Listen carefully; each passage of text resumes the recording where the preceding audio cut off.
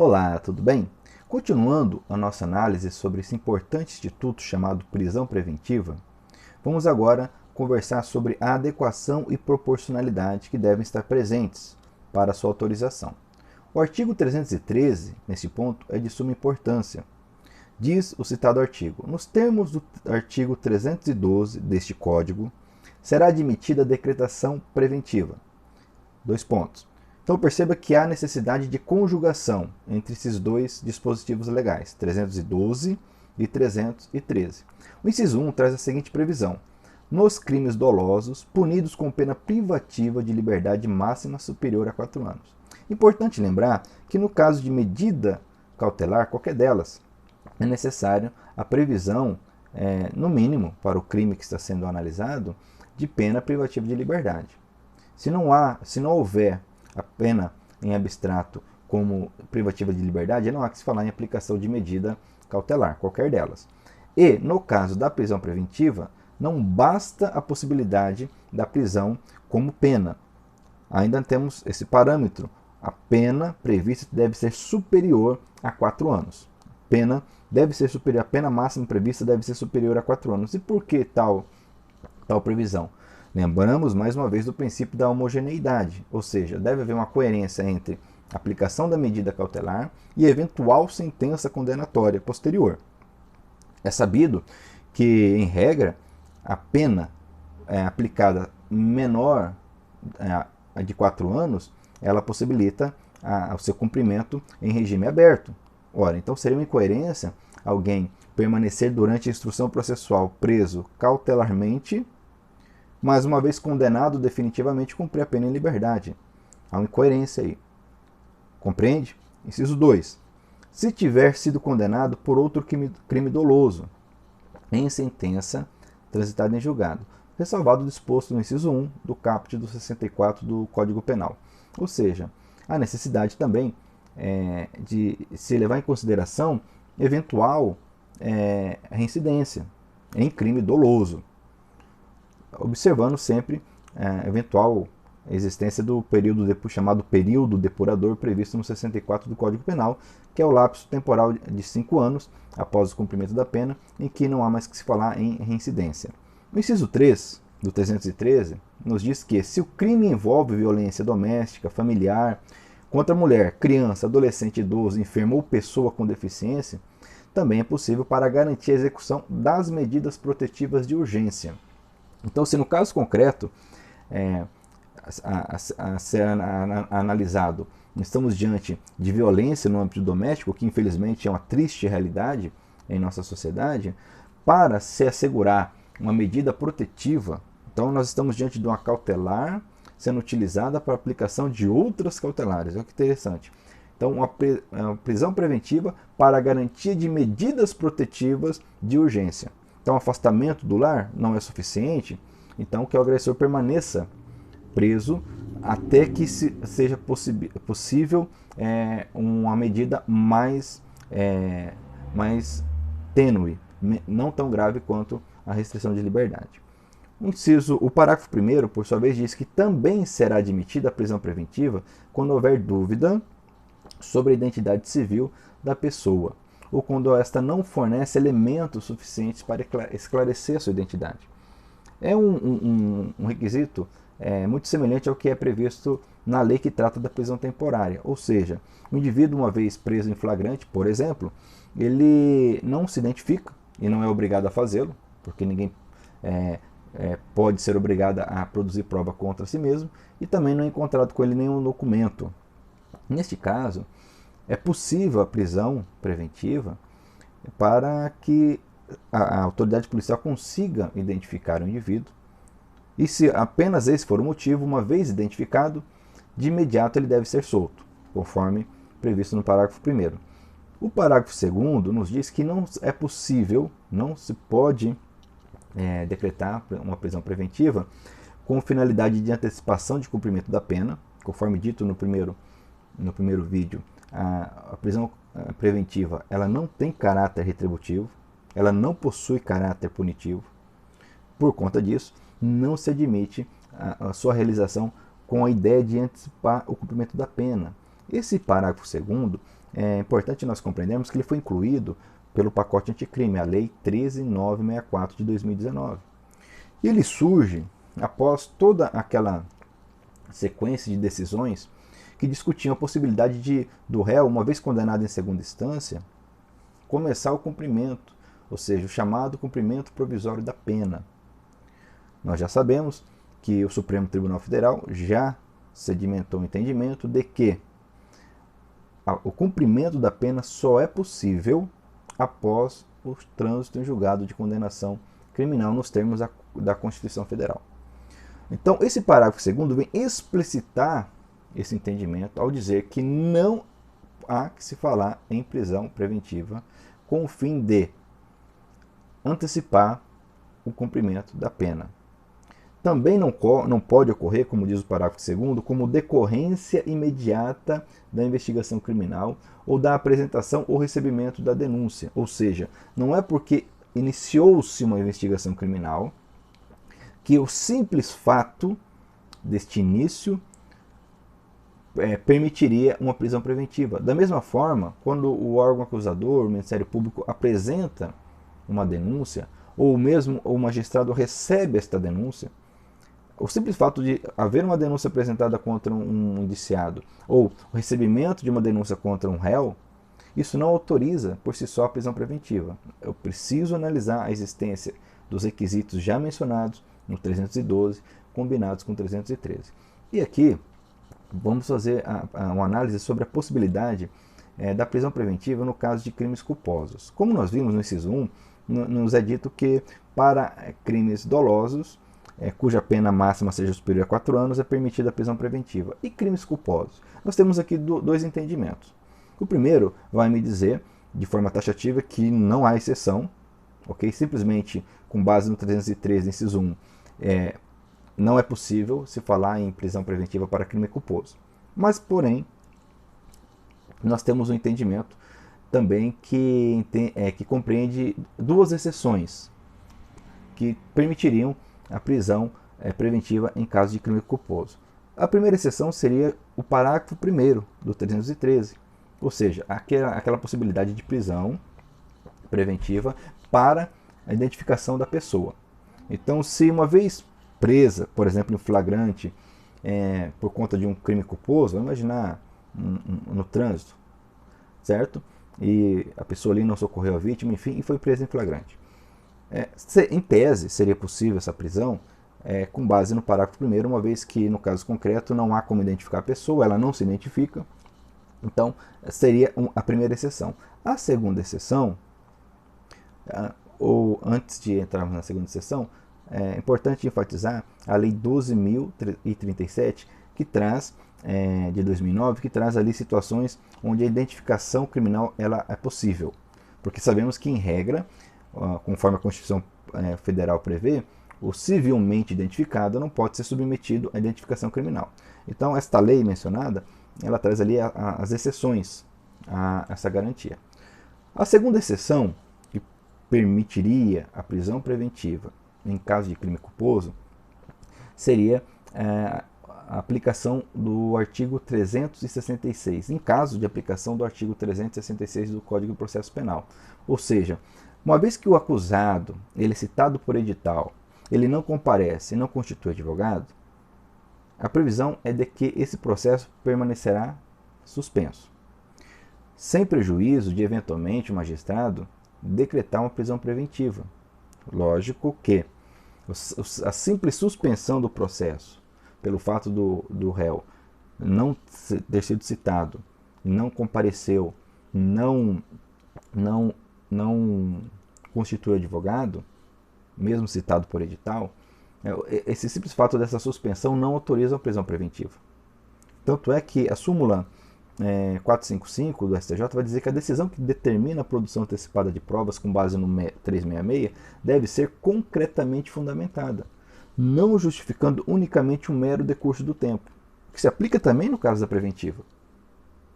Então, apesar do artigo 366 trazer a possibilidade de eventual antecipação de prova, aplicação da preventiva, isso deve ser muito bem fundamentado, não é automático.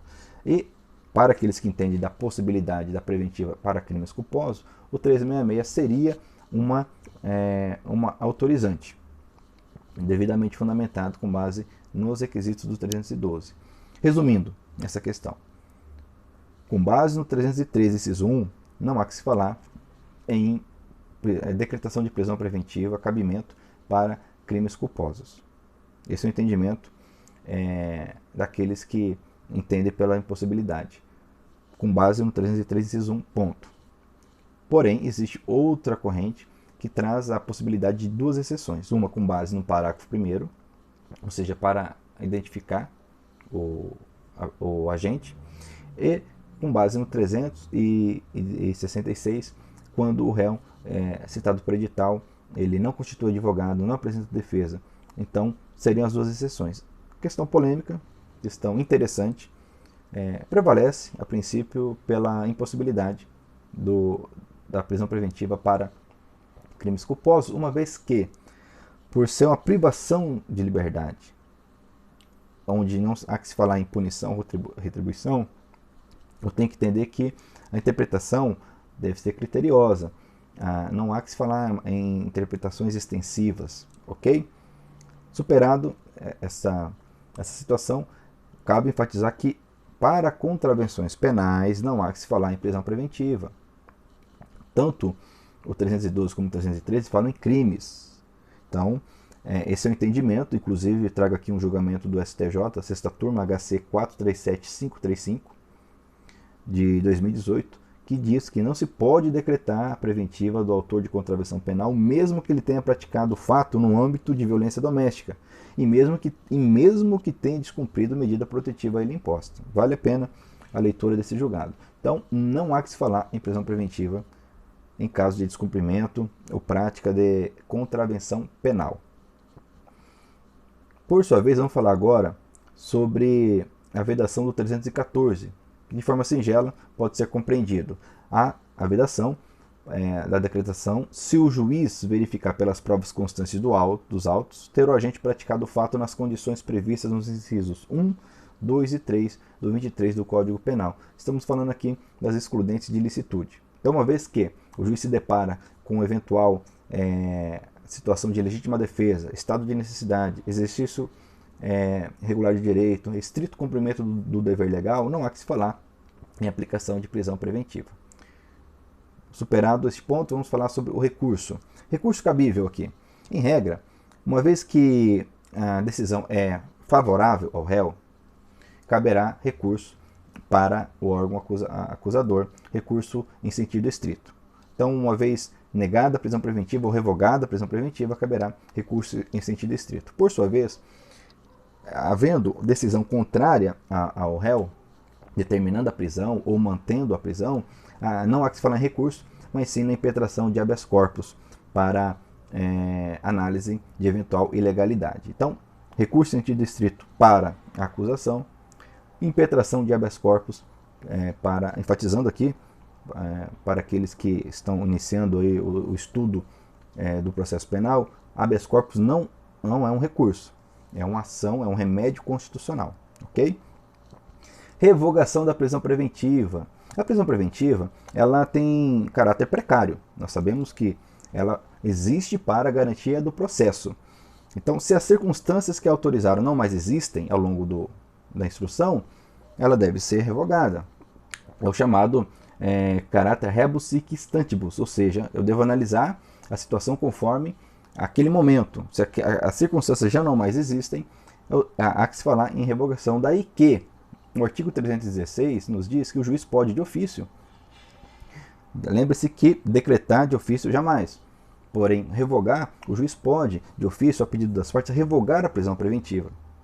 Se, no correr da investigação ou do processo, verificar a falta de motivo para que ela subsista, bem como novamente decretar. Olha só, é possível revogar, decretar novamente, se sobrevierem razões que justifiquem. Ou seja, há uma precariedade, há uma flexibilidade, há uma inteligência, deve haver uma inteligência na aplicação dessa medida cautelar, assim como das demais. Então, surgindo circunstâncias autorizadoras, decreta-se. Sumindo essas circunstâncias, revoga-se. surgiram novamente as circunstâncias. Então vamos imaginar um exemplo. O autor de violência contra a mulher está preso preventivamente porque realmente é um perigo, uma ameaça. Porém, chega-se a notícia para o magistrado de que aquela vítima ela mudou, está em outro estado, não mais reside ali, e já prestou seu depoimento, a instrução está avançada de modo que não há que se falar em perigo, em eventual liberdade do acusado. Ele então é posto em liberdade porque aquela circunstância já não mais existe, a vítima já não está correndo perigo imediato. Ok. Tempos depois, essa vítima retorna ao município e passa a residir ali. O autor, sabendo disso, vai atrás dela e ameaça. Ora, perceba que retornou. Novamente, eu estou diante da circunstância que autoriza a prisão preventiva. Então, novamente, ela é decretada. Então, é possível essa inteligência na aplicação das medidas cautelares como um todo, e da prisão preventiva não é diferente. Para encerrar, vamos falar aqui da novidade prevista no parágrafo único do artigo 316, que nos diz que, uma vez decretada a prisão preventiva, o órgão que emite essa decisão deve revisar essa decisão a cada 90 dias. Por quê? A prisão preventiva ela não possui prazo previsto em lei, diferente da prisão temporária. Então, a princípio, o réu poderia ficar cautelarmente preso 30, 60, 90, um ano, 2. O caso concreto vai me dizer se é um abuso, se é uma prisão ilegal ou não. Ok? Isso é algo que deve ser analisado individualmente. Mas o fato é que, por conta dessa realidade, e para impedir que haja prisões injustas e que sejam esquecidas no tempo, veio agora essa previsão determinando que o magistrado, a cada 90 dias, ele analise se aquelas circunstâncias que ensejaram a prisão preventiva permanecem ou não. Grande e bem-vinda novidade. Daí que nós já temos algumas manifestações jurisprudenciais acerca do tema. Por exemplo, tanto a quinta quanto a sexta turma da STJ, com julgados de setembro de 2020, vamos nos dizer que essa obrigação de se manter a custódia é imposta apenas ao órgão que decretou a prisão preventiva, o juiz ou o tribunal. No caso concreto, foi impetrado um habeas corpus junto ao STJ, porque o réu, uma vez preso pelo determinada prisão pelo juiz de primeiro grau, ele recorreu, e o processo correndo ali junto ao TJ, expirou esse prazo de 90 dias. Então, a defesa impetra um habeas corpus ao STJ, que é o competente para analisar eventual ato de coação do TJ. O STJ entendeu pela sua incompetência, uma vez que o órgão prolator da decisão não foi o TJ, mas o magistrado. Então, independente do fato daquele processo estar correndo em segunda instância, o órgão emissor que tem o dever de revisar, daí que eventual habeas corpus deveria ser impetrado contra o TJ. Então, grave isso. A responsabilidade é do órgão emissor da ordem de prisão. Já encerrando, também nos diz que esse dever de reavaliar a prisão a cada 90 dias, a necessidade dessa prisão preventiva, ela cessa a conformação de um juízo de certeza da culpabilidade do réu, decretado na sentença. Há esse entendimento, que ainda não é bem cristalizado, mas de que, uma vez que existe uma sentença, não haveria mais essa necessidade de rever a prisão preventiva a cada 90 dias, por já haver aí um certo juízo de certeza quanto à culpabilidade ou não. Esse é um ponto polêmico que ainda acredito vai ser muito debatido. Realmente, encerrando agora, é importante que o STF, o plenário do STF, em outubro de 2020, com a relatoria do ministro Fux, entendeu que o descumprimento dessa regra do parágrafo único não gera para o preso o direito de ser posto imediatamente em liberdade. Então, se eventualmente o magistrado deixou de rever ali dentro dos 90 dias, ele deve ser provocado para fazê-lo. Isso não gera automática liberdade do preso. Não há ali eventual ilegalidade imediata da prisão. Ok? Entenda bem isso. Isso está isso foi julgado na medida cautelar de número 1395, julgado em 14 e 15 de outubro de 2020. Está no informativo 995.